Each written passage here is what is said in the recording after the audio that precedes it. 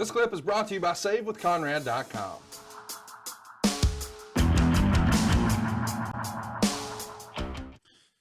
Big match coming up next. Chris Jericho pins AJ Styles in 17 minutes and 7 seconds. It's got to be a big moment in AJ's career. He just debuted with the company. This is his first WrestleMania, and he could have been thrown in a multi-man match. Instead, it's a feature match with Chris Jericho.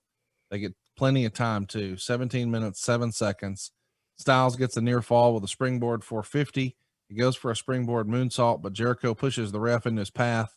Styles has to change his trajectory, but he winds up landing right into a code breaker for the pin. Pretty spectacular finish. 3 3/4 stars. What'd you think?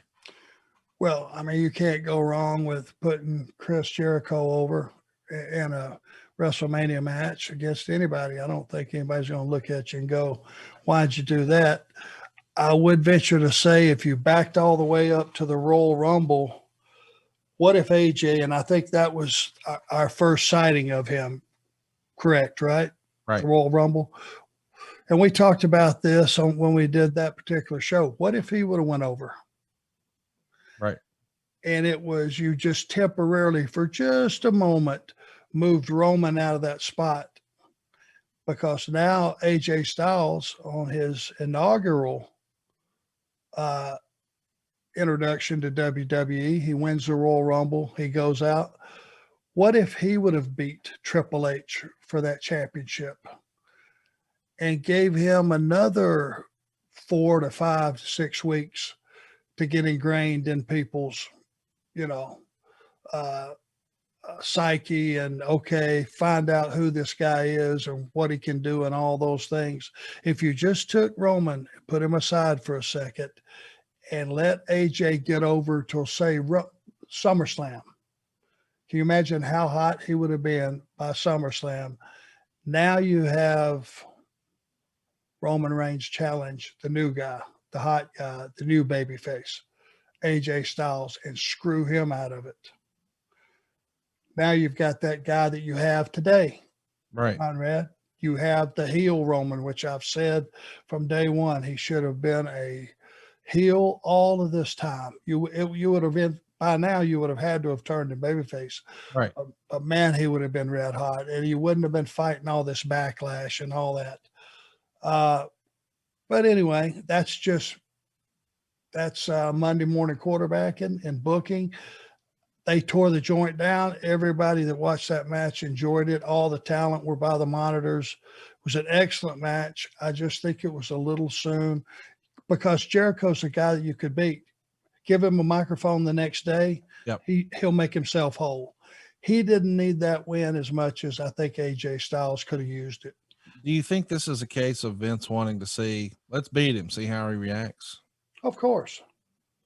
Of course. Not the fact that you slow down his progress and the ability to help the company. I never saw anybody, Conrad. Let me just make a statement. Put it in parentheses, put an asterisk by it. I never saw anybody in the history of my time in this business that lost his way into getting over. Right. Name one. I can't. Any historians out there, name one, and I will gladly bow my head and go, I stand corrected. You have to win, and you have to get momentum, and you have to be in some wars, and you have to earn your way, and you have to beat some guys that you're not supposed to beat to be in a position to draw money. And all this did was stall AJ Styles, I think, who I think a lot of people would say is as good as there is. No doubt. And he's going to get going here in a couple of months and have, one hell of a run. He's still on that run. But I do want to briefly mention something else. When he first comes into the company, I believe the Styles Clash was banned. I know he had hurt a guy in Ring of Honor. He had hurt a guy in New Japan. I think the concept was on the Styles Clash, you're supposed to do the opposite of what most wrestlers are trained to do their whole life, which is tuck your head. And if you tuck your chin and duck your head there, you're going to wind up landing directly on your head. And that's disaster. So the move is banned, but Chris Jericho is an advocate for it. So he actually takes the move at WrestleMania here, even though it's banned. And Jericho would say, or explain later, I was doing that to show it to Vince and prove that it could be done and you wouldn't have to be hurt by it. But unfortunately, in the process, he's kicking out of AJ's finisher here. And there's people who were really upset when Jericho kicked out of the Styles Clash, thinking that that was a finish that should have been protected. Were you familiar with the move, or did you see it for the first time when it happened here with Jericho? I was familiar with it, and the two guys, not to put the blame on them, but the two guys that did get hurt did do what they had always done and tucked their chin, which is the wrong thing to do. And it was just habit. I'm sure AJ told them in advance, don't tuck your chin. Yeah. Because he's 100% pro. Right. You can't tell me he didn't tell them what to do. It's just one of those fluke things that there are certain things that we do in this business that are ingrained into you. You just do it. No matter what somebody said a couple of hours ago, you do what comes natural. And I don't know about it. It didn't have time to get over yet. So I think, I don't know. For the people that didn't follow AJ and other companies, they wouldn't have known that was particularly his finish. So if it wasn't established yet, it wasn't kicking out of his finish. It was just kicking out of a move that shouldn't have been kicked out of anyway, just because it was new and fresh and a vicious finish. Another thing that happened on the way to this show is Ryan Ward is promoted from writing NXT to SmackDown.